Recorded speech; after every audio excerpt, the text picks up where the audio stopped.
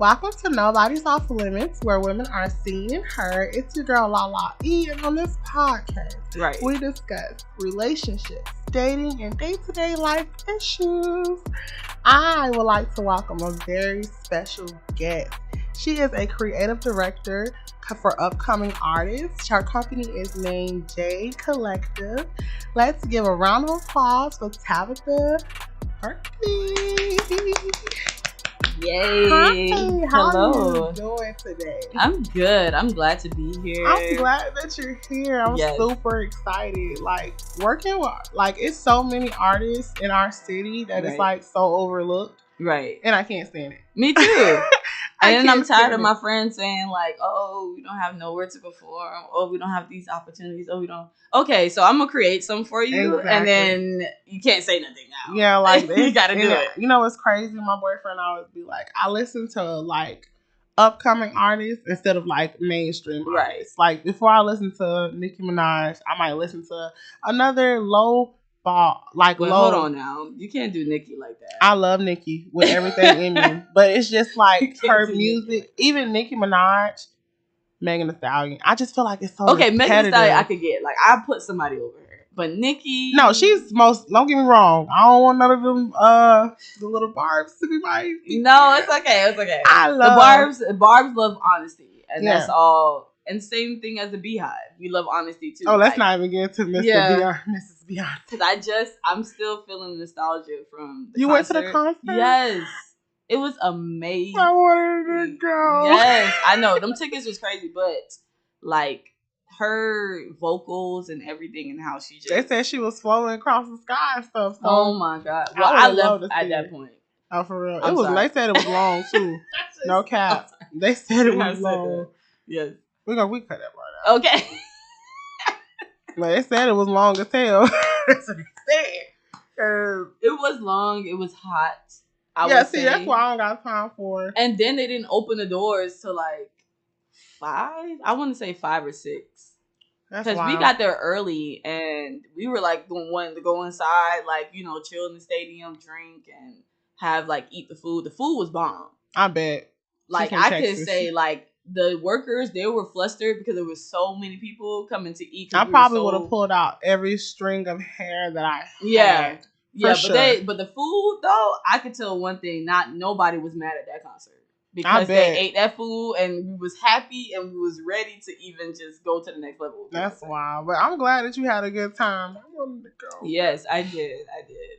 Couldn't. I told myself, I said this year I'm going to go to a lot of concerts. Mm-hmm. But you know what? I've been to so many. I think it's not really that big of a deal for me because I've been to J. Cole, Chris Brown, Drake, Future, Mary J. Blige. Oh, so you went to yeah. So I feel that. I mean, my list is long. Yeah, I feel that. I feel that. I didn't go to a lot of concerts because I was just focused on being a mother, and I felt selfish too. I felt selfish me having fun and she not having fun. So I was like, okay, I don't want to do nothing. And that's, I feel like it's so, for Black moms, it's so hard for us. Yes. Because we have to always be, their needs are always first. Exactly. But come on. We really need to take It's some time. It's a mental thing. You got to break away. Self-care. Yes. Self-care. So start going to concerts, girl. Because my mom, she didn't go to concerts before me. And now she go to a million concerts. Yes. But my favorite one, I would not say. And people probably going to be like, wow, this is your favorite one. Yes, Maroon 5. It was my favorite one. I would. That's a good band. They were phenomenal. That's a good band because Maroon 5, the harmonies and how he presents himself. It is so good. Smooth and sexy, all the tattoos. Come on. Caucasian man. Yes. Most definitely is on my list. Adam Levine. If you looking. Adam. I'm just I just know he has tattoos. Yes, he has a lot of tattoos. Yeah. That's pretty much. That's what I'm trying to get to. Not necessarily I think I want a couple more. I want a butterfly that's blue coming up my hand. Okay. I do want that. Okay. But let's get this podcast started, you guys. All right. Because we can talk about anything. Yes. So let's begin with your childhood. So where did you grow up? I grew up in West Palm Beach, Florida, 43rd Street. to be exact. So next to 45th Street. Right All across from St. Mary's Hospital, if you want to say. Beach goers. So, did you remember that Psycho House? Like, there was like a crazy house that was built. Like, yes, I do remember it. Okay. I was just talking to my mom about also the swap shop they used to have. Yes, that was on Blue Hair. I'm just like, look, it's a big old building now. And go in there. Oh my god. So let's go to the next one. How was your childhood like growing up? Like, I know that for me, my childhood was a lot. You know, it was a lot. But right. I love my mom, you know? Right. It's just I had like a lot of issues with like my father and stuff. Right. But so like how was your childhood growing up? It was good at first until like I started realizing myself and what I like and what I needed, and it didn't compare to what they like and what they needed. So that's when the riffraff started. You know what I'm saying? Like me liking girls, me liking art, me, you know, being out there and just being different from everybody else. They didn't like that because they wanted me to stick to a certain regiment. You know what I'm saying? Like going to church, like getting A's in academic classes and things like that. And you're also telling me you were Jamaican. Yes, as well. I'm Jamaican. So I do know that a lot of Jamaicans. Yeah, you got to be a doctor, lawyer. Yes, their culture is very and it's fine, but strict. but I have seen change in the Jamaican culture, like in the community of them accepting arts. You know what I'm saying, with music, because my dad, he did definitely like sign us up for piano classes, make sure he was taking us to piano, making sure we were in a choir, making sure, like, you know, he made sure we were active. And that's what I'm grateful for. But when it came down to who I am as a person inside, it was like it didn't matter. Yeah. You know what I'm saying? Which it's like I'm so sorry. It sucks. It's okay. It's okay because but it made you stronger. It made you stronger. It did. And it made me realize that we're not robots. You know what I'm saying? Like, we're human beings. Everybody has their differences and opinions. And once you can balance those with that person, life is good. Yeah. You're still going to have your hiccups. You're still going to have your flaws and things. But at the end of the day, I love my dad. I love my mom.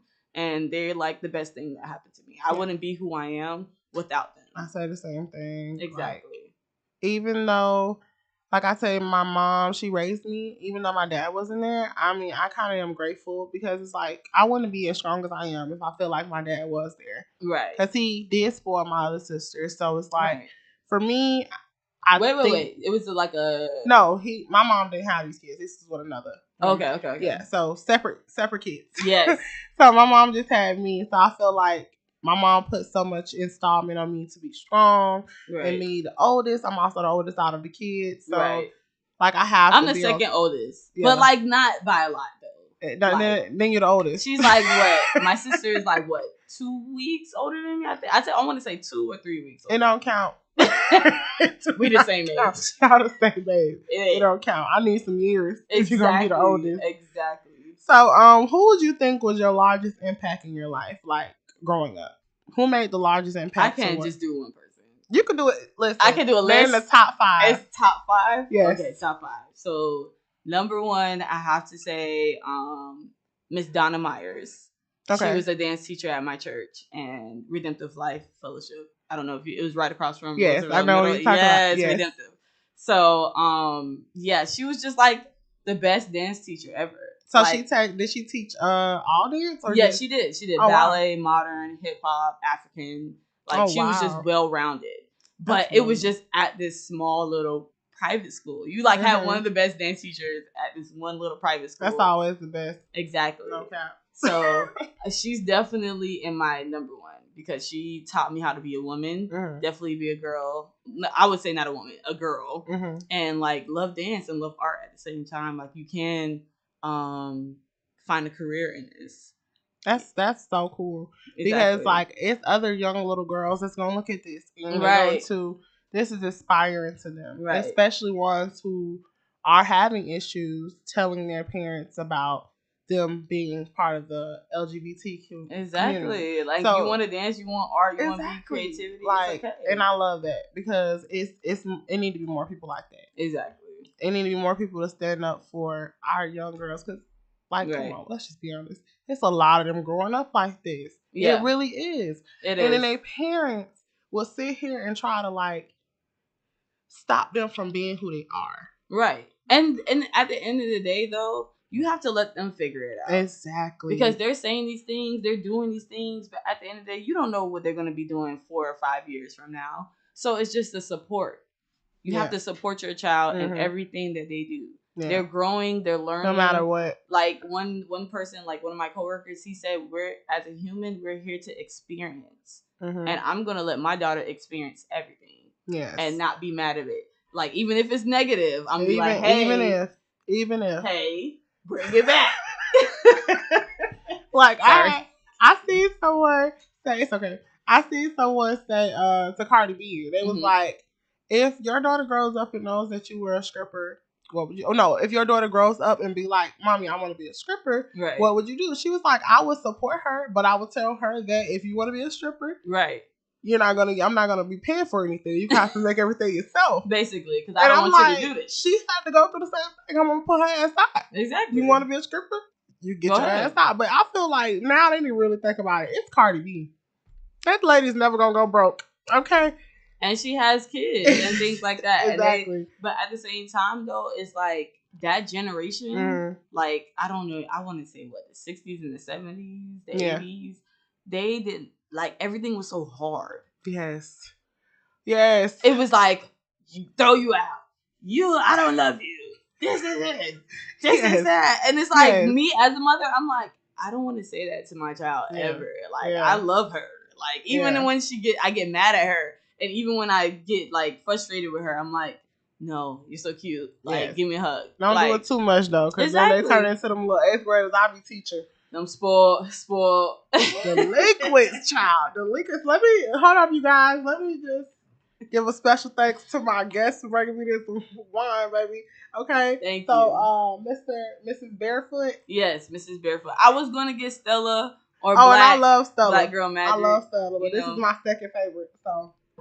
It's okay. Barefoot. Sponsorships, Mr. Barefoot. So let's go to the next one. Right. What is one of your favorite childhood memories?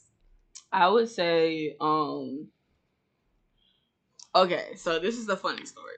So I was living on 43rd Street. It was early in the morning. Me and my brothers was getting ready for school. And next thing you know, I see like these big trucks coming out of nowhere. And they were just like, and then like these people with guns wearing all black from the house across the street from us. Oh, okay. So I'm like, it was a bus. Ma, something going on. She was like, get ready. Like she didn't want us, she didn't want us to look at it. But I'm like, this is like entertainment for me. We got like police cars, a whole bunch of stuff about to go down. So basically, they busted open the door. Threw a little smoke grenade or whatever, boom. And I was like, Ma, the SWAT team is next door. And she just got so upset at me. And was like literally yelling at me, get ready for school, get ready. Like, she didn't care about none of it. And then, talking about get ready for school. Right, and then everything was done. They arrested the man, everything was good. Everybody went away. She was like, all right, let's go. See, it was just a nonchalant. Listen, y'all, you know I talked about it before my podcast. That's that child therapy, bro. Yes. Because what? Like, I'm literally I was sitting there like this. Like, this is a whole movie for me. And I'm like, Mom, come on. Like, watch it with me. And she's like, no. Get ready for school. Mind your business. No, see, that is childhood trauma. Because now I will remember this for the rest of my damn life. Exactly. And I remember it clearly. That's scary. Clearly. And you know what? My mama...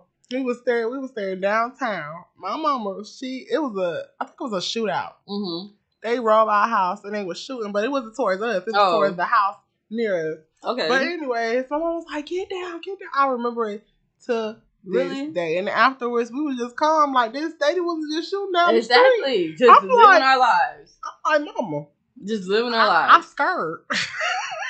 Listen, there was like a gunshot outside my house. And when I looked outside, there was like someone holding their butt and was laying on the ground. And I was like, no, he did not just get shot in the butt. And I went to my dad. I was like, Dad, this guy just got shot in the butt. And he's like, go to your bed. Like, what?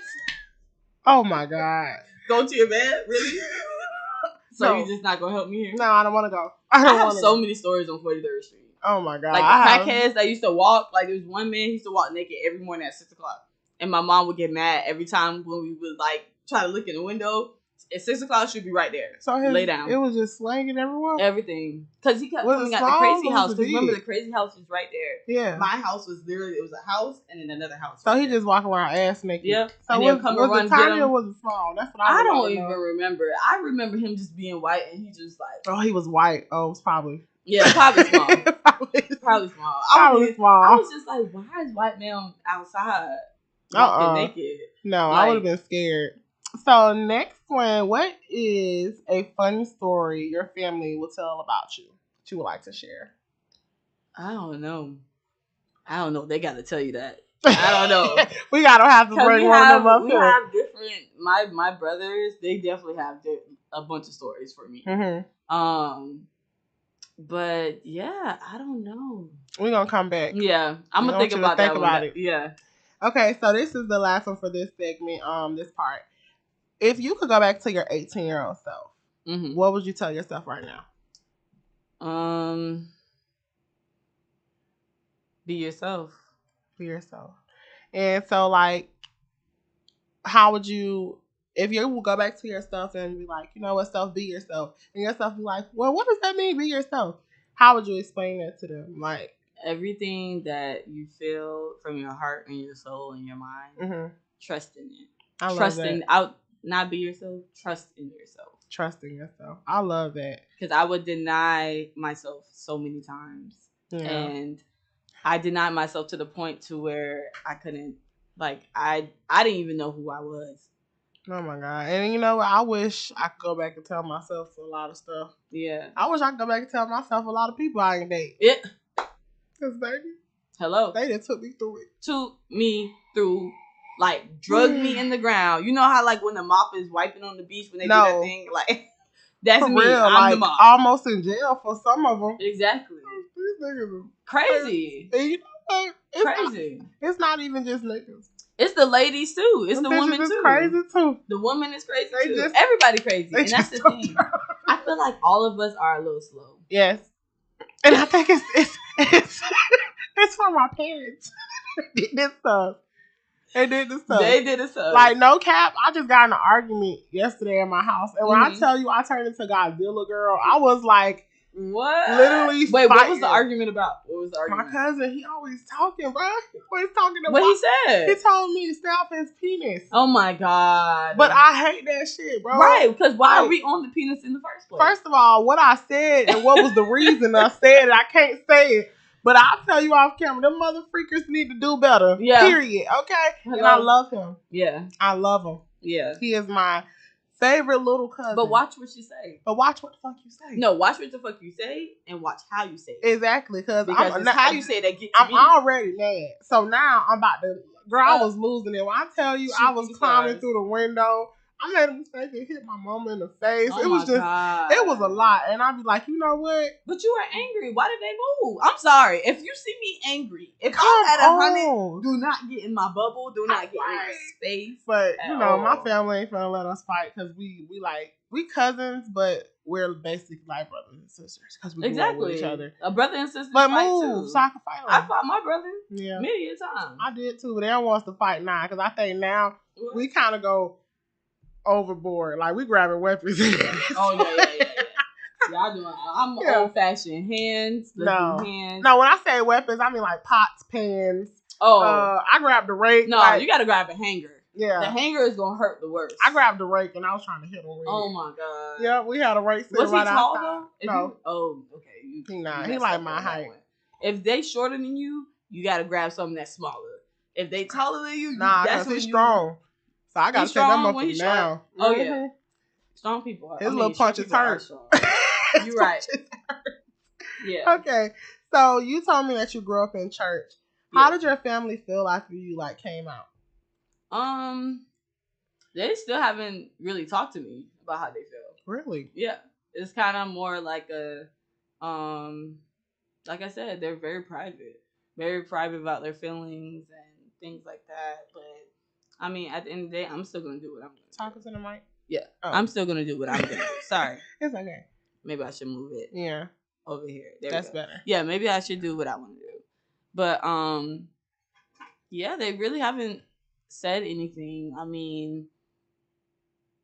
So they just like over, you know what? My cousin came out a couple years ago. Mm-hmm. And it was so, when I tell you it was so hard for my auntie to accept it. It was so hard for her to accept it. Wow. She did not talk to him, but it took a lot of prayer. It took a lot of understanding because at the end of the day. But why does it take so much for somebody to tell you what's really? Know. And that's what see. I just don't. That's know. My thing. My thing is, for example, as people, we wait for a problem. Mm-hmm. We wait for a problem to happen to have a solution or to go after that problem. Yeah. When the problem has been staring us in the face for. I think what was the switch for her was when he tried to commit suicide. Because I tried to too, which I talked about on my podcast. Right. But he tried to commit suicide, and that what made her switch.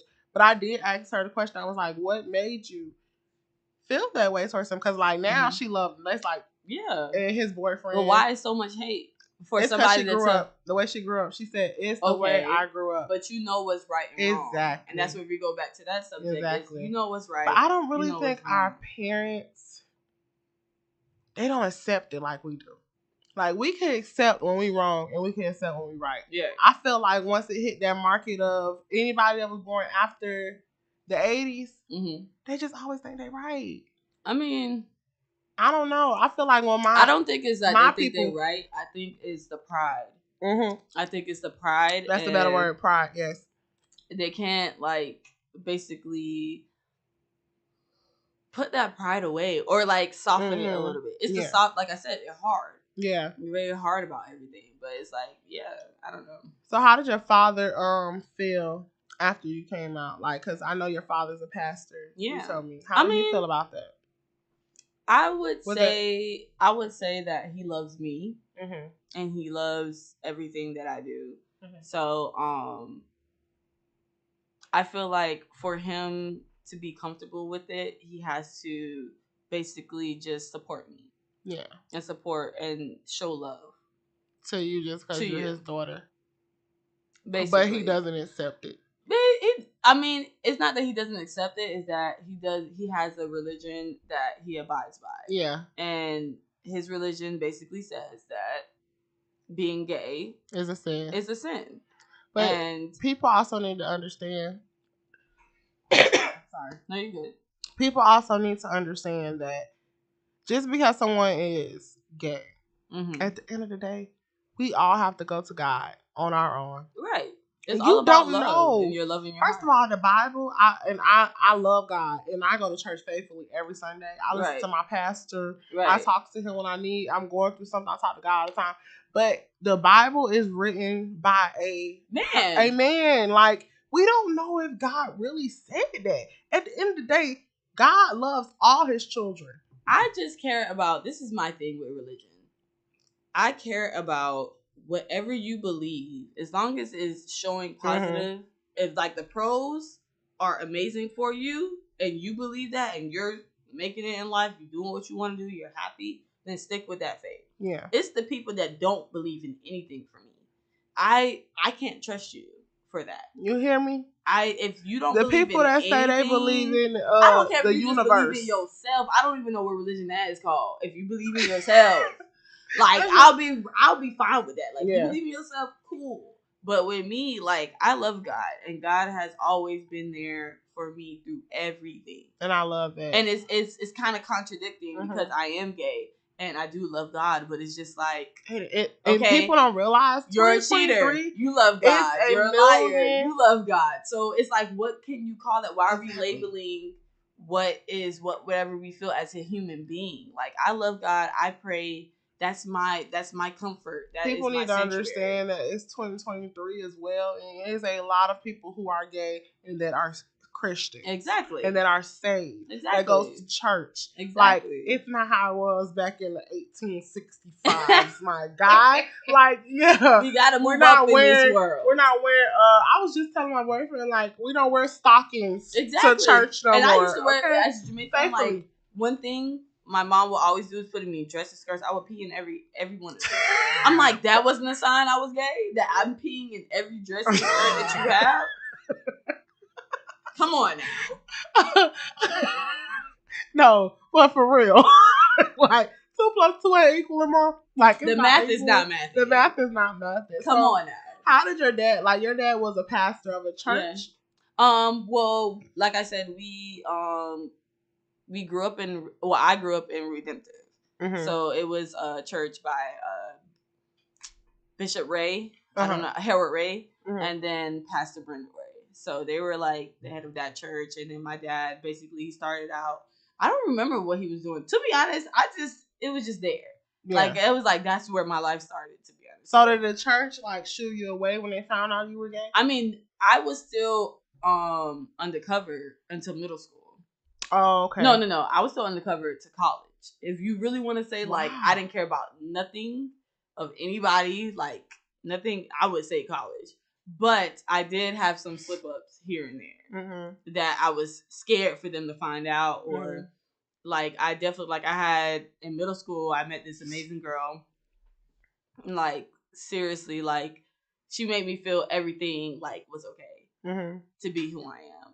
And I hurt her so bad because I was so scared of people finding out. And they did. Like, in middle school, one of my friends came up to me and was like, hey, are you dating so-and-so?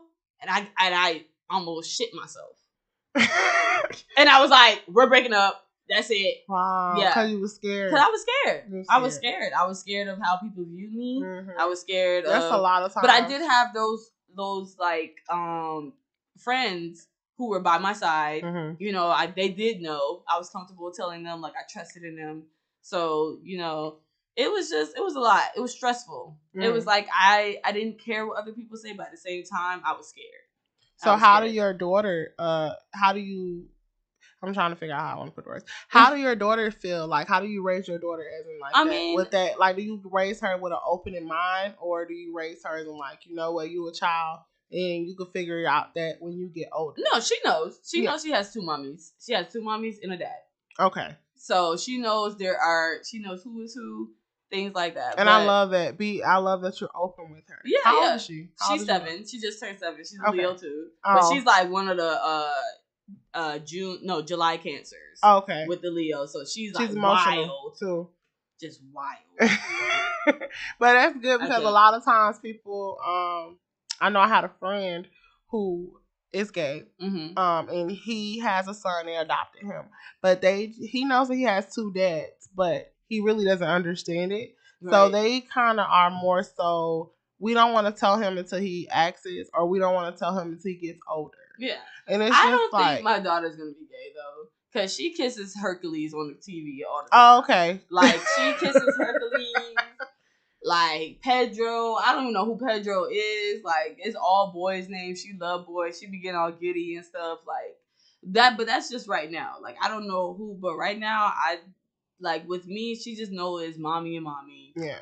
Like, this is, like, my life. Like, that's it. But definitely when we get older, we are going to have a talk about, you know, what really is going on. Because she is going to get some feedback from the world, like, oh, you got 2 mommies. Yeah. Like, and you are new. Before we even finish that, she's newly engaged. Yes. You guys. Yes. Okay. So let's give her a round of applause for that. About time. That, yes. Yes. Like, we get old. It's time for us to be settling down. I seen it on, like, your Facebook. I was like, this is so beautiful. Yes.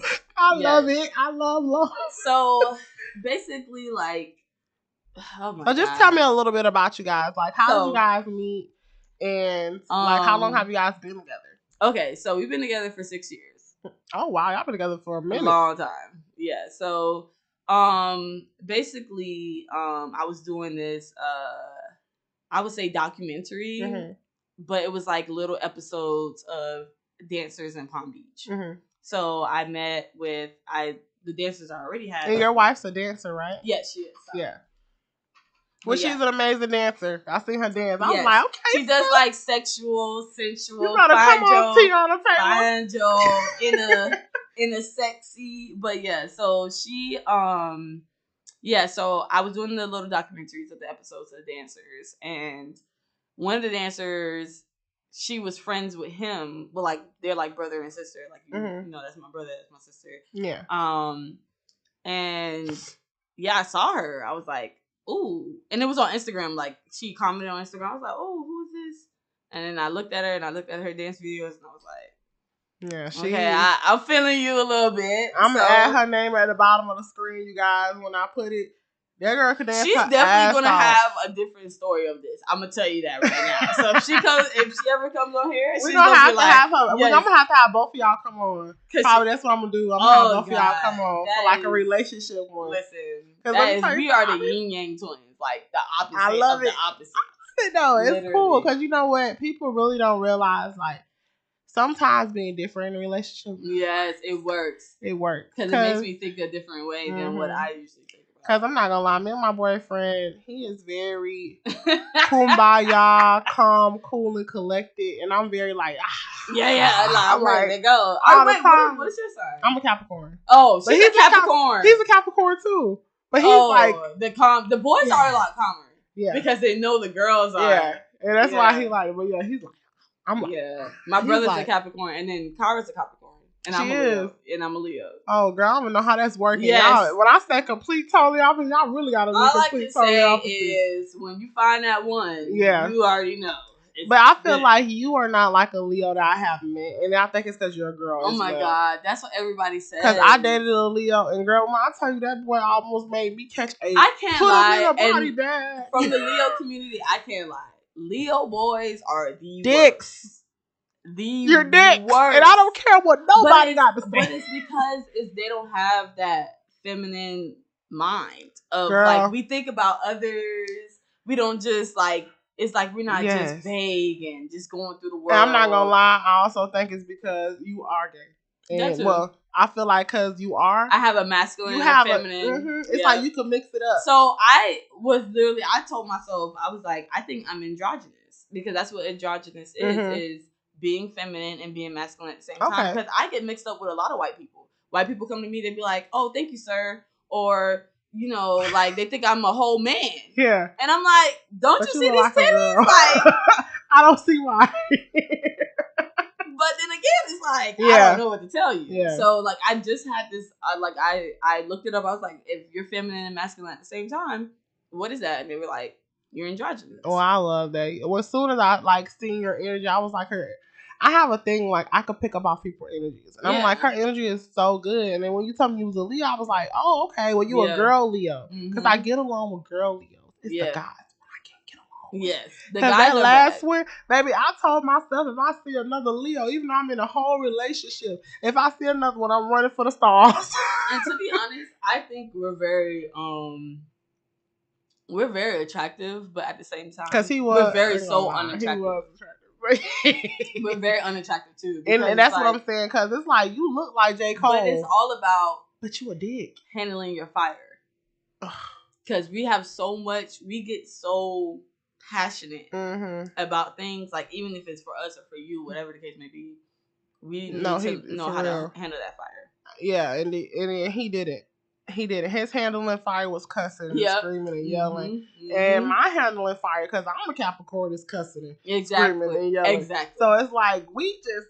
Yep, that was me and Kyra. For like 3 years, me and Kyra was like, and I was like, oh, she matched my energy. Like, yeah. But I love that. I love that somebody that can match my energy and tell me what I need to hear without... Yeah, well, I couldn't do it no more, girl. I had to kick that ass out. We definitely got out of like a calm state, like, you know what I'm saying? Yeah. Like, but I think it's because you guys are older. I think that's what's funny. Now we say, we like, okay, we're going to say it calm. But y'all been together for so long. I feel like at this point, what the fuck? Like, I think if you get... Somebody told me if you get past the 5th year, you're good. I'm not gonna lie. I know we talking about like you. No, it's okay. Like even my relationship, girl. We get into a year in October, and it's rocky right now. Yeah, I'm not gonna lie. I love him so much. Rocky.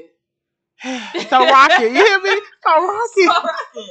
And that's fine. It's getting rocky. Sometimes you need to get to that point to realize if you really do love that person. Yeah. Because if you put hands or any type of, even if you put hands in that person, we don't get that. No, we don't never get like that. Okay. It's me. I'm more rowdy. He's more calm. But he's such a dick at the same time. Yeah. But he's like nonchalant dick. Like he low key being a dick, but he trying to make it seem like he's not being a dick.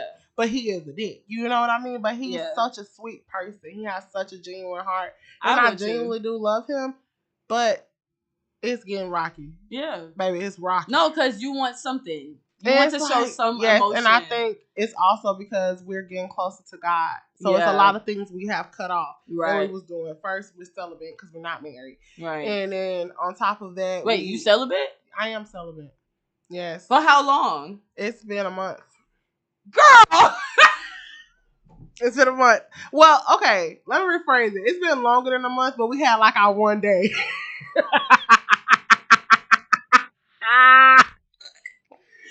I'm thinking you about to say like 5.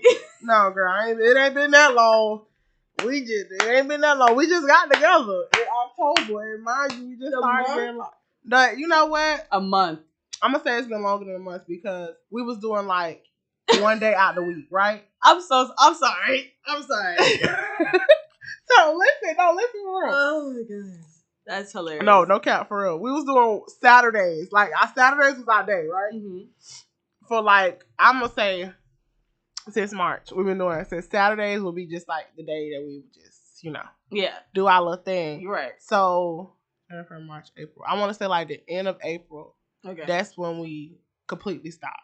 Okay. So it was like we'll have little slip ups. Is it more like building a mental connection and a spiritual connection with each other because the physical was overpowering? I think so. Because Capricorns are very sexual. Girl, we was going at it like bunnies. Yes. Too much. It was too much. Me being a Leo, we're very mental. Yeah. Like you have to stimulate us mentally. Mm-hmm. And with Capricorns, it's like you gotta physically get them started. It was very much physical. That was the problem between me and Kyra, because I'm like, listen, like we got sex every day, but if it doesn't mean something, if it doesn't have any meaning, like making love, like I don't. Yeah, that's what I'm saying. So like I'm gonna say a month, but because we've had slip-ups, but I want to say like a full strong month will be a month. Yeah, because we did have our little slip-ups, but it wasn't that bad. You feel like the sexual was the number one thing that was keeping y'all together? I don't think that was, because we have perfect chemistry. We was best friends before we even got together.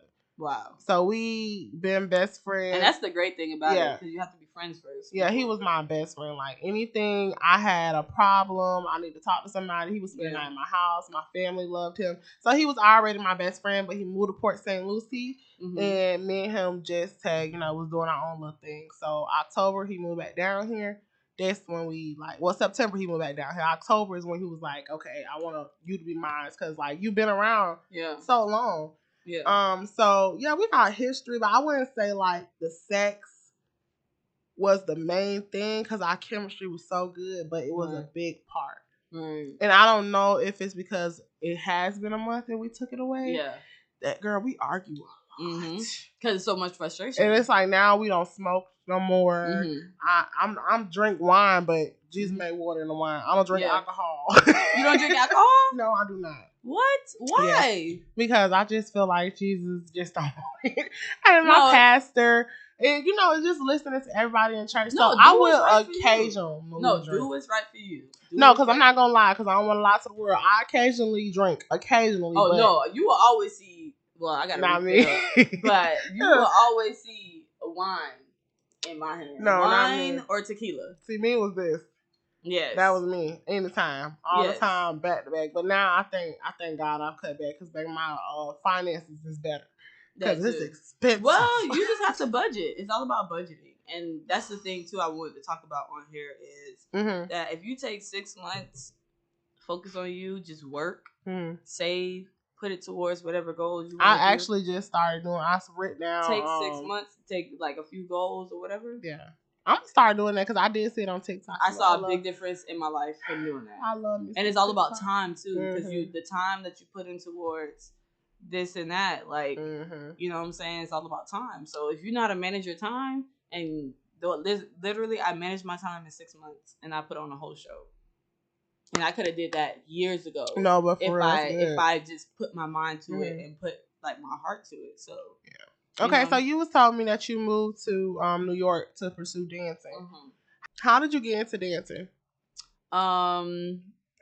Miss Donna Myers. Like at church. I started in the church. I was in the church dance team, Baroque drill team, and yeah, they just always killed it. So you know what kind of dancing do you do? Everything. The only ones I didn't learn was ballroom, tap.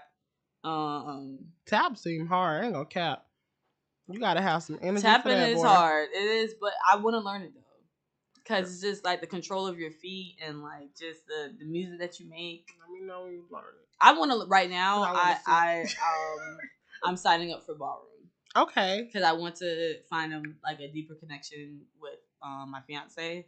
So I feel like ballroom is all about love and just. You guys should do like a little special dance that you guys wear. So that's the reason why I want to start ballroom, because I wanted to make like music videos. I wanted to start directing music videos of me and her just loving and just dancing. Okay, it's like giving that. very much TikTok couple. I love that. I don't want to be. Actually, I want to be a YouTube couple. Girl, do it. Fucking do it. I want the streams and the millions on YouTube.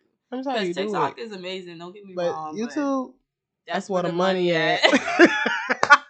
You hear me? That's where the money. So that's what I really want to do. It's just like get into like YouTube and just start making videos. And now that I just found this dope videographer, his name is Ike, and he's like the dopest. Like everything he does is just clear. You see everything. So since I found him now, I'm like, let's do work. Let's do something. Let's do this. Let's do that. So okay, I love that. I love that. So how was your experience moving to New York? Like first, I was stupid. I only had, I would say, like $100 in my account. What? And I was just like, yep, I bought the cheapest ticket, a one-way cheap ticket. It was on Spirit. Went to New York. So where were you staying? I had a couple of things lined up. But the people that I was staying with, we kind of got into a lot of altercations. Because I feel that we had a lot of differences. And it was just like me learning and being there and me learning new things and things like that. And them having their own way and things like that. It was just a lot of clashing. So I had a lot of times where I had to sleep on the train. Wow. And it was during the winter too. I left during that was like my Christmas present to me. Stupid. So I just went in the winter time. Yeah, I was sleeping on the train. I was sleeping at parks. Wow. And then finally, another mentor, Joshua Sarah, he opened his door to me. And thank you, thank you. Yeah. And he took care of me because he has taught me drums. He plays the drums. He's also an MC. He's but his main thing, he's a poet. Oh wow! So he taught you how to use your words and make your words into a story. And he lives in New York? No, he's from Florida. He's from Florida, but he resides in New York. He goes back and forth. Okay. So but yeah, he definitely took me in, and I was sleeping on the floor, and we were just making it work. But he definitely helped me out. So how was that experience for you, knowing that you went there and everything had happened with the people you were staying with? Did it make you shelter yourself a little bit more? No, it made me hungry. It made me want it more because the New York culture is very hustle. You got to hustle to get to where you get to, no matter what you're going through or whatever. And I took that from them, and brought it here in Florida, because Florida, we're very we get comfortable. We go at a slow pace. We do whatever we want to. New York is like, you can't go at this. Girl. You gotta. Let's go. Sound like my auntie. She said the same thing. I ain't meant for that. Yeah. Let's go. You gotta do it right now. Right now, you gotta make money right now. Yeah. So, I definitely picked it up, and it definitely gave me I was disappointed in myself because I felt like I should have planned it better. But yeah, I wanted it. I feel like I wanted it. I wanted whatever, you know, was happening. I like went after it. If I had to get a job. And I had like I worked at like a Japanese restaurant, and then I worked at Shake Shack. That's when I got to know what Shake Shack was, you know. And so did you meet friends and stuff up there that you still talk to today? Yeah, actually, what's so funny is one of the girls that I met working at Shake Shack. She just messaged me, and you know, she was like, "Oh my gosh, like just looking at my life," and because you know, in New York, they're very untrustworthy. Like they don't really trust you until you show them. You could, like you do something. I don't know, like you know what I'm saying. With me, like with Florida, we try, like we give you a chance. Yeah, for sure. Until you show us. Yeah. With New York, it's like, no, you're gonna have to work hard for this friendship. So it's like, you know, and they knew I was from there because I was so friendly and open to everybody. So they were like, yeah, you're not from here. Because they mean as hell up there. That's what I heard. Hello. Yeah. So it's just like them being like untrustworthy is like I had to work for the honesty and work. And when I told them like, yeah, I'm a dancer. Yeah, I do this. They're like, yeah, that's a lot of dancers up here. Until I came back down here and they saw me doing stuff and they were like, oh shoot, you was telling the truth. Like, I'm glad, I'm happy for you, you know, I see you do your thing. But yeah, she reached out. Well, that's good, you know, the support, at least them seeing that you, that I actually am, this is my craft, this is what I do, and I'm very passionate about it. You so passionate about it, you marrying a whole dancer. And she came out of nowhere too. Like, I wasn't even looking for love. I was just like... They creep up at the most weirdest times, bro. They creep up at the most weirdest times. And for me to have a kid, too. Because you got to understand that, like, I was so scared to date because I had a kid now. And it's like, our chances of dating goes down the drain. People think that, but... you only got one, bro. But you know. Yeah, you got one. Once you say, I got a daughter, they be like, oh... No. Okay. And then they ghost you. Try dealing with 4. I had 4 step kids at the time. At the time, my man don't got no kids now, but I had 4 step kids. That's a lot. I'll deal with your 1 before I deal with them 4. Right. Jesus. That's a lot. So let's have some fun. Who is your favorite choreographer? Celebrity wise. Don't say your wife. Mine would be Chris Brown. Like a choreographer? Yeah. His choreographer is actually I'm blanking, but it's this guy. He actually choreographed for Justin Bieber. Yes, his choreographer been with him for years, like since he was like young. I would say right now my favorite choreographer is Tariq. Boom. Oh baby, let me tell you something. Let's go into Tariq. Boom. Okay. I remember I performed at the fair years ago. And I was so heads over heels for... Listen, if you guys haven't heard of All or Nothing, it's a dance team down here. I was heads over heels for him. He was just... To me, he's amazing. He just fucking did so good. He's amazing. Like, once I see him skyrocket, and it's like, with him, people in the world, if you guys ever meet this man, just because of his fame, he does not change on who he is at all. He's a Capricorn too. I know. I still see him. Even when I see him out somewhere, he still will say hi to me, and it's like, bro, you really up there for real, for real. But he doesn't care about that. And I love that. And that's one thing I learned about him, because he, you know, when you see a great dancer or a great choreographer and you go up and talk to them, and see how they react to you, especially when they like have grown up from the struggle, like he did, because I know he went through a lot of stuff too. And all the things he went through, from not being with All or Nothing, to doing his own thing and venturing off and all the other stuff. And I be reading between the lines, because I know Dominique. I'm not gonna say names, but I know the person over it.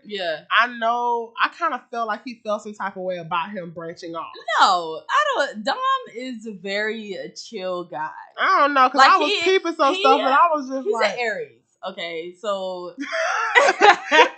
I was just like, Aries are very like chill and like want to be like you're not gonna know until they tell you.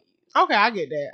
My grandma was an Aries. So, like, he's a very, like, chill, quiet. I most definitely know he's quiet. Until you get him to start drinking. I seen him like even when I had seen him in public, because he was also one of my favorite. Yeah, Dom is amazing. Well. Oh my god, Dom is like all the people he taught, like firecracker. Like all the people he taught, like they even with Tyreek. But him as a dancer too, like Dom is like, if you ever see Dom dance, phenomenal. And still at this age, still, because he old as fuck now. Yeah, still at this age, he's still. I loved out of the group. It was him, Tyreek. Mm-hmm. And what's the other person? Nico. Yeah. Okay. Yeah. Yeah. Nico's amazing too. Because I remember I really wasn't following them towards like when everybody else got in it. I started actually like looking at them when they were in it. So you didn't even get to know AJ and rest his soul. I love you, AJ. AJ. I do remember him though. Yes, definitely like the hype of the party. He most the definitely funniest dance himself person too. ever. Like, and I'm not gonna lie, I used to be Aqua too. Aqua. Yes.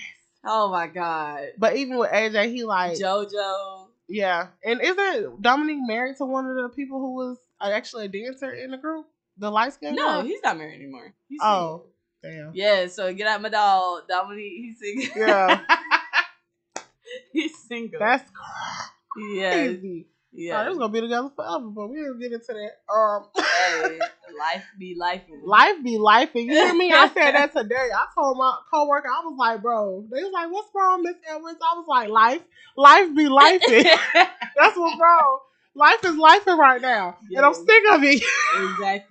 Exactly. I'm tired. But yeah, like Tariq Boom is like one of like. Yeah, he's my favorite choreographer. Who also is a favorite choreographer of mine is Juwan. I don't know Hayes. You seen him? You know him. He was in Aeon as well. But, okay, then yes, I know who you're talking about. Is he light skinned? No, he's dark skinned. He's like brown skin.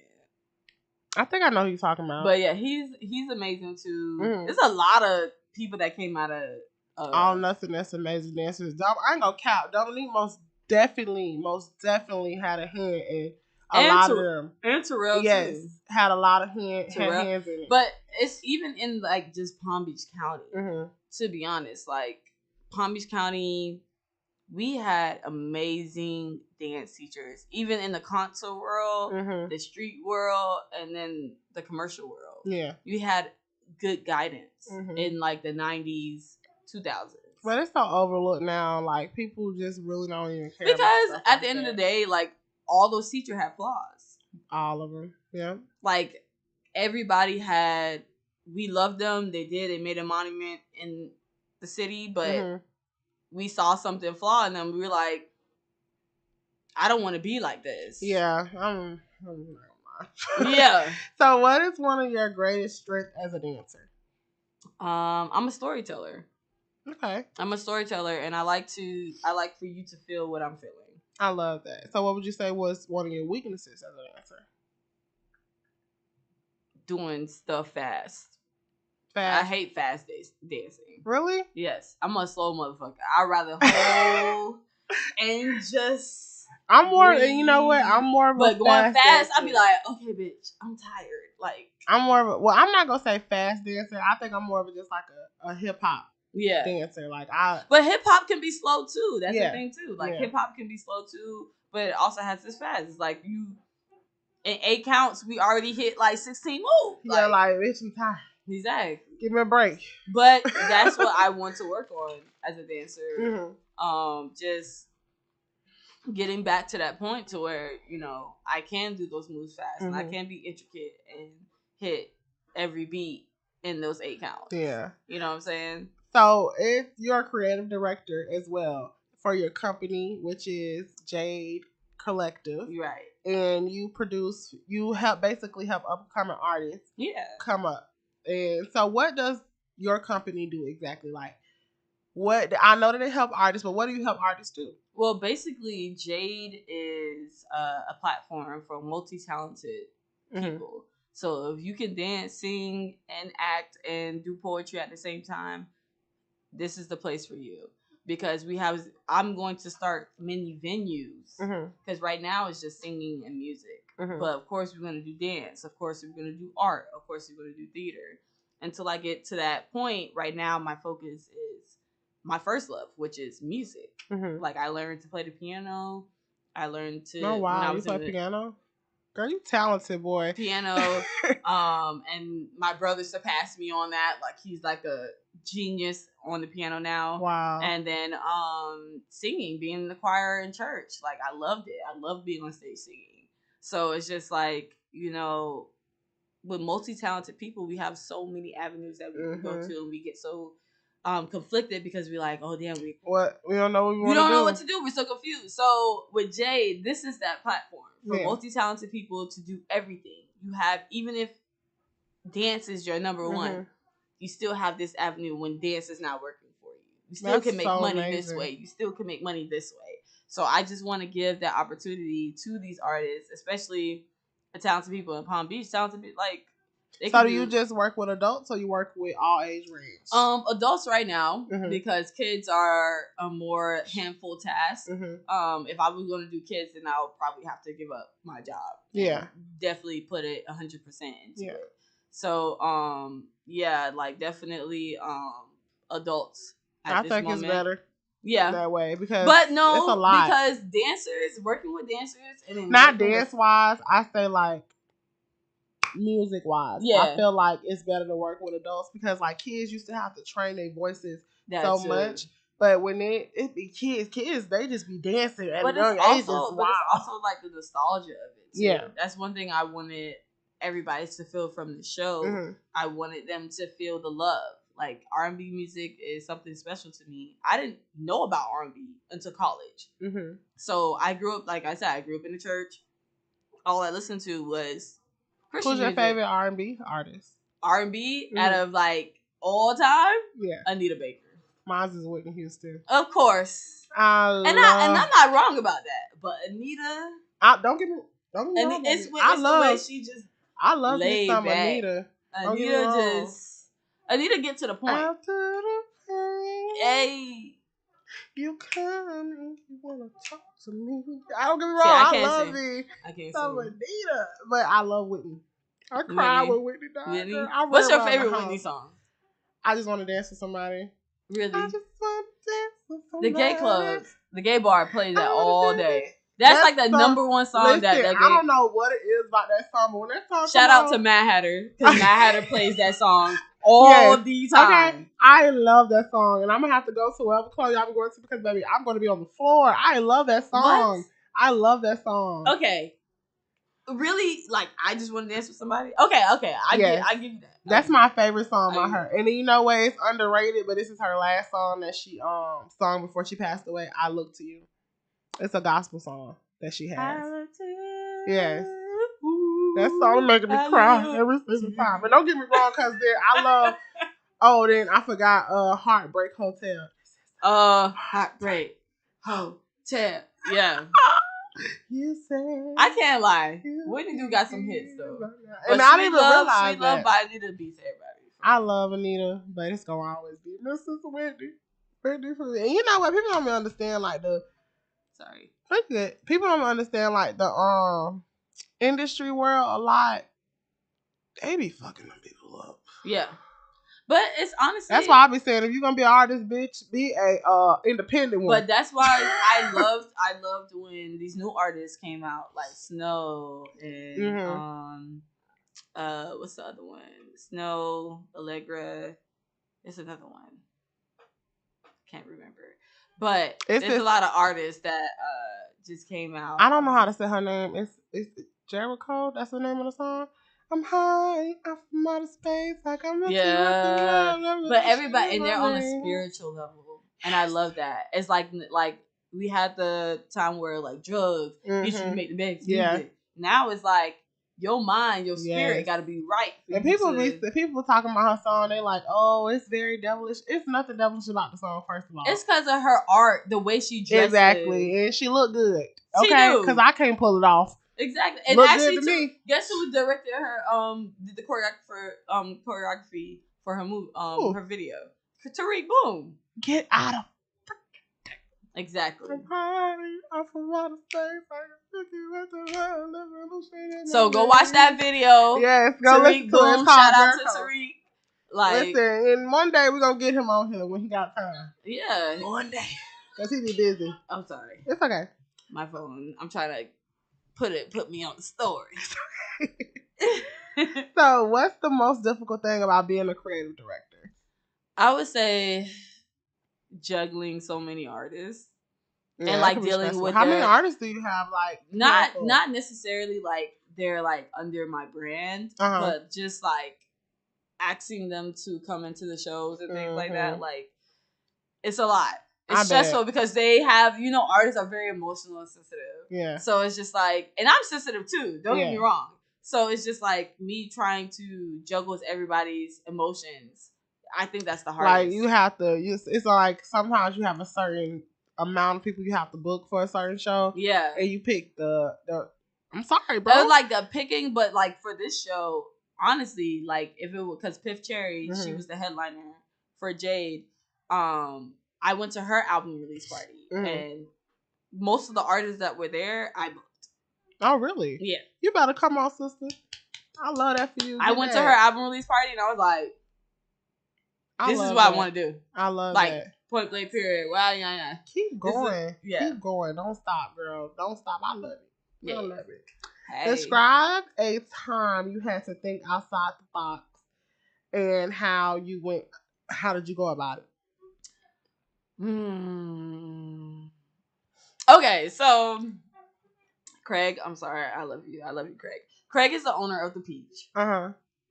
So Troy's Barbecue was supposed to be open for my showcase because that's where the drinks and the food was gonna come from, and that's what I've been promoting. Yeah. On the day of the show, I see that it's closed. Oh wow! And I was like, oh my god, I got all these black people coming to my show, and there is no food, there's no drinks. So thank you, Craig. He got a food truck to come out. Thank God. Thank God. Baby, I would have been stressed out. But we still was missing liquor. And I'm sorry. Okay. I'm sorry for everybody. I'm sorry to all Jade, whoever came out to see us. I'm sorry that we didn't have any liquor for you. It's okay. And next time I'll make sure. I'm learning from my mistakes. Next time. Yeah. Yeah. It's okay. So liquor. But I mean, at least you have food, girl. That's the important thing. I'm sorry. My girlfriend is calling me right now. It's okay. She probably like, where you at? Yeah, she did. She said, where are you? I am doing a podcast, babe. Bye. It's okay. We almost done. We on the last round of questions. I know people really don't realize like podcasting. This shit is long as fuck. And like I love it. I feel like we've been here for hours. Yes, and it's like people don't realize that people be so scared when they get in that chair. Until I talk to them like, bro, we don't gotta be scared. And you are like your energy is beautiful. It's beautiful. And you make me. I was nervous. I was shaking. Yes, a lot of people are. But I'll be like, bro, you can cuss. We could drink. Yeah. Shit, I wish we could smoke in here. Oh yeah, I got a little something for you. Trust me, I'm already there. Okay, let's get to the next one. So, what do you think is the most important qualities that you need to be a creative director? Leadership. Yes. Leadership and patience, because a lot of artists are very. Children, but they may. They may be like all over the place, but at the same time, it's like they have this gift, and they just need the guidance. So that leads me to my next question: how do you keep them motivated to keep going? Because I'm sure it's hard. All love, and just showing love and support, and telling them that this journey is your journey. Because a lot of people think that all these outside, you don't sound good, or it's all these negatives. It's like, no, baby, you said you want to do this, let's do it. Yeah, even if you sound bad, even if you sound good, whatever the case may be. And I feel like a lot of times people be wanting to be these creative directors, but them as a creative director. But I have to see the confidence in that's what I'm saying. First. Like I can't have you in my show if I don't see confidence in your work. That's what I was about to say. It's a lot of times you have great creative directors and you have horrible artists who just don't want to put the effort in. And I will never let anybody destroy anybody else's name without you knowing that you can be there at that percentage.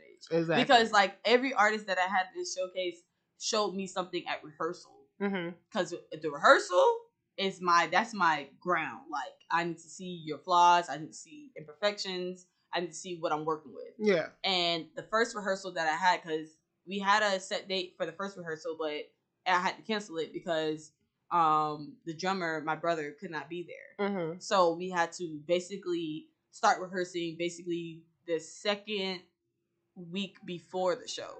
Oh, okay. So we only had 3 Saturdays to get it together. So the first Saturday, they came in, you know what I'm saying, and they started singing, and I was blown away. Wow. I'm like, just the energy and like everybody just brought it. And then the second rehearsal was even better. Wow. And then the third, and then on the show day, everything was just probably would have been crying, child. I wasn't crying because I'm finally doing what I wanted to do. Mm-hmm. So how do you offer constructive feedback? Like, I just tell them one thing about it is there's nothing negative about mm-hmm. constructive feedback. Mm-hmm. So if you're telling somebody something about something that they need to work on and they get mad about it, I feel like that's a personal thing. No, for real. And if you're clashing with me about something I'm trying to help you with, mm-hmm. what I see in my view, and even I may be wrong too. Yeah. I may be like, you know what? But maybe I am. We adults. Exactly. We're adults and we can find understanding. Mm-hmm. And if I can't find an understanding with you, you're out of here. Because it's business at the end of the day. You know what I'm saying? I have more things I love. Yeah. And you know what I'm saying? Like, I love that you love your artists. Yeah. You're there for your artists. And once I went on your page and I seen everything, and I even seen the thing when you had just talked about it, the right. performance that you guys had, right? The genuine love that you have for your artists, and I'm like that with my podcast. I don't let just anyone come on this podcast. Mm-hmm. If your energy is not good for me, or I feel like right. people have messaged me for their business, but if your business is really not a business, right. you're not coming on. Exactly. It's just that simple. Like, you have to have a business. I'm gonna believe in you if you don't believe in for yourself. For real, because at the end of the day, like, I'm still starting off. I'm very new with this podcast stuff, but I'm starting off with my business. I'm very new too. Yeah, but I have that the foundation. Like, I got the clout. You get what I'm saying? Exactly. So you're not gonna come on here and just be not knowing nothing. You know what I'm saying? So it's like, for you, you have to have a business. Like, your business has to be up, and your business has to be something that is right. beneficial to my podcast. If you're not crying every time you pay somebody, exactly, your business is not working. Exactly. Exactly. Because this showcase tears, and I'm like, this is just a start tab. You haven't even gotten to exactly. Like, and when I got to like 1,000, mm-hmm. I think I got to like 1,000 subscribers. I was in tears. Yeah. Bitch, I was in tears. Because it's like, I've been on YouTube for 3 years and I took time off. Right. So it's like, I've been, like, one video me and my cousin had did, because I started with her, we did like a reaction to WAP. You right. know, that had to be a minute ago. Because right. the WAP had just came out. That was like, what, 2 years ago? Yes. And we had 25,000 views. And I was just like, I stopped. That's amazing. I know. And I was like, if we would have kept going, we probably would have been farther. But now it's doing so well. I'm getting so much support. Yeah. And I'm getting so much support from one thing about it, though, if you work hard at something is going to start giving back. Yes. To what you're putting forth. Yes. And so that leads me to the next question that I have. So, what advice would you give other young girls or other young people who are starting off in the music world, where maybe they don't want to be an artist, they want to be a creative director, mm-hmm. instead of working, like, they want to work with artists, but they don't want to be one themselves? I would say knowledge. Mm-hmm. Knowledge is the most powerful thing. I wish I finished school. Mm. And, you know, one thing my dad is always stern on me about is finishing school, getting that degree. Because it's just the accomplishment of going through the history, going through knowing what's going, but knowledge, reading upon what you want to be, mm-hmm. like getting those details. Like, broad, I want to be a creative director. So what is a creative director? Yeah. What do they do? What follows under that? Mm-hmm. And even like with some people was asking me, they were like, why aren't you managing artists? Because I don't have that knowledge for the A&R yet. Mm-hmm. I want to go to school. I want to make sure when I get to that point or have the freedom to do that, I want to make sure I'm taking care mm-hmm. of who I'm taking care of. So So we're finna start on your business. Like, why did you start your business? What made you want to be a creative director? Because I know you was a dancer, like you said before. Right. But you could have kept dancing. I could have, but I just made a lot of really bad decisions. Mm-hmm. Like I said, I grew up in the church. I was very closed off from the world. And when I went to college, everything opened up and I saw a lot of things and I didn't handle it the best that I could. Yeah. So, and instead of doing what I was supposed to be doing, I was doing the opposite. And it came back down on me. And then I was dealing with depression. I was dealing with depression and dealing with who I am as a person as well. Dealing with first loves and first new experiences and things like that. And I didn't know how to juggle that. So, I take accountability for my wrong decisions. Yes, it made you stronger. It does. That's what I say all the time. Don't think of my flaws. I might got some scars, but baby, it made me very much definitely stronger. And as a Leo, especially me being fiery, it was like even 10 times worse. I bet. Awesome. So how do you deal with fear and doubt? You know what? So I think fear, and this is my opinion, I think fear is a stepping stone to your success. I don't see it as a negative thing. I love it. I think that when we get these nerves and these butterfly feelings in our stomach, it's just like, I want to charge into the...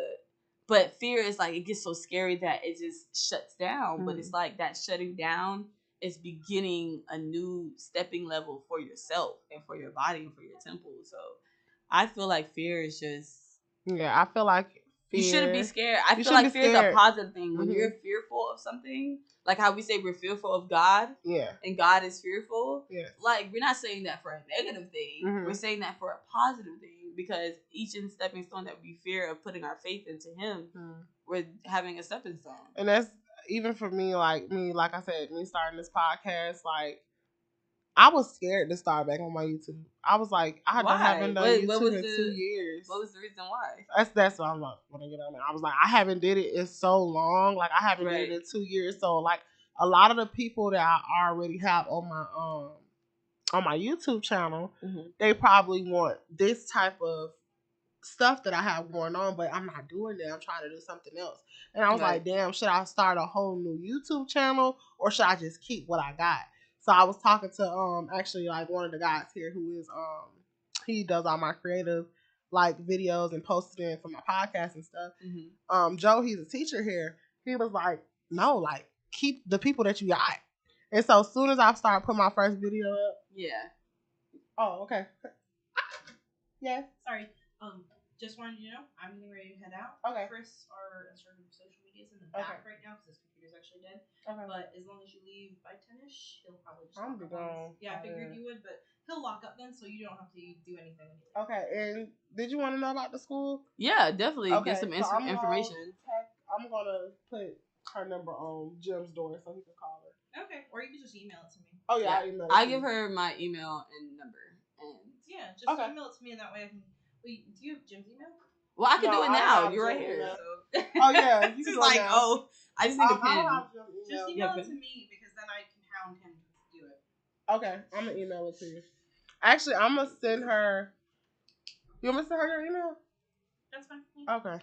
Yeah, I'm gonna do it that way. And you saw it because I know you were here with a buddy last night, but they usually do the tours on Monday night. So yeah, if she's good for that time, if not, we can schedule a private tour. Okay. All right. See ya. See ya. I'm gonna put down her desk, and I'm gonna also email her. Yo, I'm gonna send her your email too. Yeah, I got it on here. Okay. That's what I need to do is get business cards. And they'll help. This school will help too. No cap, they will. But let's finish real quick. Thank you. Okay, so this is the very last question. Let me fix my hat. Yes. So I'm looking all crazy. Okay. I look at it. Where do you see your business in the next 5 years? By 30, I want my own bar. I have my own bar, so every night there's entertainment that somebody can bring their couple out to. I hate that I'm off on Tuesdays and Wednesdays and I have nothing to do. Yeah. The Tuesdays, of course, you have Taco Tuesdays. But it's just like Wednesdays, you know. But thank God, I found these open night places, which is another person. And so, how do you find the open night places? Like, so, you just go online? Album release party. After I talked to Piff introduced me to open mic nights. Okay. And people coming out to sing and things like that. So Matt Brown, he is a musician and he's also an artist. Follow him on Instagram. He hosts open mic nights at Hullabaloo and Civil Society Brewery. So Hullabaloo is Tuesday nights. I think they start at 9 p.m. And you can go there to have food, have drinks, great food. And then Civil Society Brewery is like a beer type of vibe, but they do have wine. And where is both of these places located? Downtown. Hullabaloo is Clematis, and Civil Society I'm going to put the name, you guys, too, so y'all can see it about them. Civil Society is, I think that's at 6:30 on Wednesdays, and that's like downtown near the Norton Museum. Okay. So it's like right there, it's close. Go get your life, see some singers, open mic night singers, and Matt Brown, he's amazing. He's an amazing musician, and he also performed at my showcase, which was the way he performed. He was doing the bass for the show, but then one of the artists dropped out, and I asked him to open up the show. So he opened up the show, and it was amazing. That's wild. Yeah, but it was perfect. It was good that you have people that have your back like that. You know what I'm saying? Because it's hard for a lot of other people who really don't have that kind of support, you know? And that's where it gets to the multi-talented, too. The fact that he plays bass, plays piano, and can sing. And who else knows what he does? Yeah. Like, every time I see him, I keep finding out a different... So, actually, this is my last question, because this is a big one. Okay. How do you define success? I define success as of, if you're happy. If you know when somebody's happy, they have this glow in their skin. Yeah. And everything they do is with love. Yes. And I feel like people think success comes with just money. Yeah. It's not. Success comes with peace. Yeah. Because success comes with stuff that you're doing something that you love. Right. Like, even you talking about this, and me talking about my podcast, you can see that it's something that this is genuinely that we love. Like, we enjoy doing this. Like, This is something that we love. Like, I'm a teacher. I teach broadcasting. But I always tell myself I would never be a teacher. I told myself never. I would never be a fucking teacher. I hated it. But I couldn't do that. Now that I teach kids, I'm not going to lie. I love You them. love it. I love They give you the energy. I love them. When I was teaching at Congress Middle, like, I loved those kids. Yeah. I loved everything about them. They made me who I am as a woman. And when it comes down to me leaving them, when I left them, it wasn't because of them, but it was because I wasn't paying attention to my daughter as much. Because I was pouring so much into those kids that my daughter was slacking. And I was like, okay, I have to make a decision because there's so much I got to do. At the end of the day. And I couldn't find a balance. She's more important. She is. She's number one. They got parents at home. They do. They do.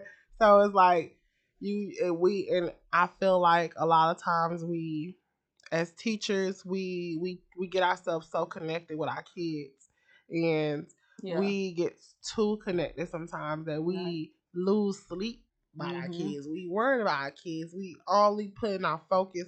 Like, my boyfriend, he tells me, he like, babe, you need to learn how to balance out doing your podcast and then being a teacher as well, because I have lesson plans I have to do. I have assignments I have to assign. And man, I'm gonna tell you something about them lesson plans. Lesson plans are basically, you know what? I don't want the Palm Beach School District to who is Tabitha? Lesson plans are bullshit. It's bullshit. And it's like, damn. Because if my kids are learning. Exactly. Like, it helps you to organize through the 6 months that you are teaching. Yeah. Don't get me wrong. It is a great organizer. But when it comes down to them kids and you actually teaching them each day, and it's never going to plan out. It doesn't plan out. But thank you so much. Yes. And you guys, like I said, remember, women are strong, resilient. We are powerful. I would like to really, really thank you for coming on my podcast. Of course. It's amazing that you are a creative director. Any upcoming artist in West Palm Beach, I will be tagging her at the bottom. Hey. Okay, so just know there's a lot of artists out there. Yes. You got Christy, you got Khalil, you got Juwan, you got Matthew J. Stewart. There's a lot of Verona Rose, Alia Above. And I didn't even know some of these people. Zephyr Jack. And you know what? I would love Matt Brown. I would love to we gonna talk about y'all. But okay, so thank you so much. Do you have anything you want to say before we leave? Like, what would you like to say? Just go after what you want. If you, whatever you are, if you're a gay person, if you're a straight person, whatever it is, stop the labeling. Yes. Let's go after what we want. Reach and let's live our lives and be positive and show love to everybody. Exactly. Okay? Because at the end of the day, we got to support one another. Exactly. We got to have each other back. Exactly. And shit, I'm straight and you gay, and I still let you come on my podcast. Hey, that's how it be. I'm not gay friend. I'm gonna say that. I'm not gay friend. You feel me? And we're gonna have her back on here, okay, you guys? Of course. Next time, I'm coming back. It's gonna be a vibe, okay? Exactly. This was a vibe, but it's gonna be even a more vibe next time. We're gonna have an artist on here, okay? Yes, so, I got you. Peace.